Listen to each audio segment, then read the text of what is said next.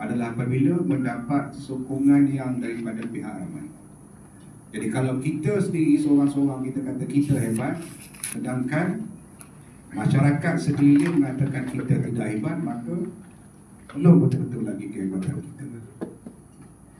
Saya masih ingat lagi bila mana Datuk Setia Salahuddin Saiden, pengerusi Majlis Agama Islam yang baru, mula-mula dilantik sebagai pengerusi Majlis Agama Islam Negeri Selangor. Kebetulan kawan saya satu sekolah, satu kegebilangan masjid sana, maka masjid terbaik di Negeri Selangor.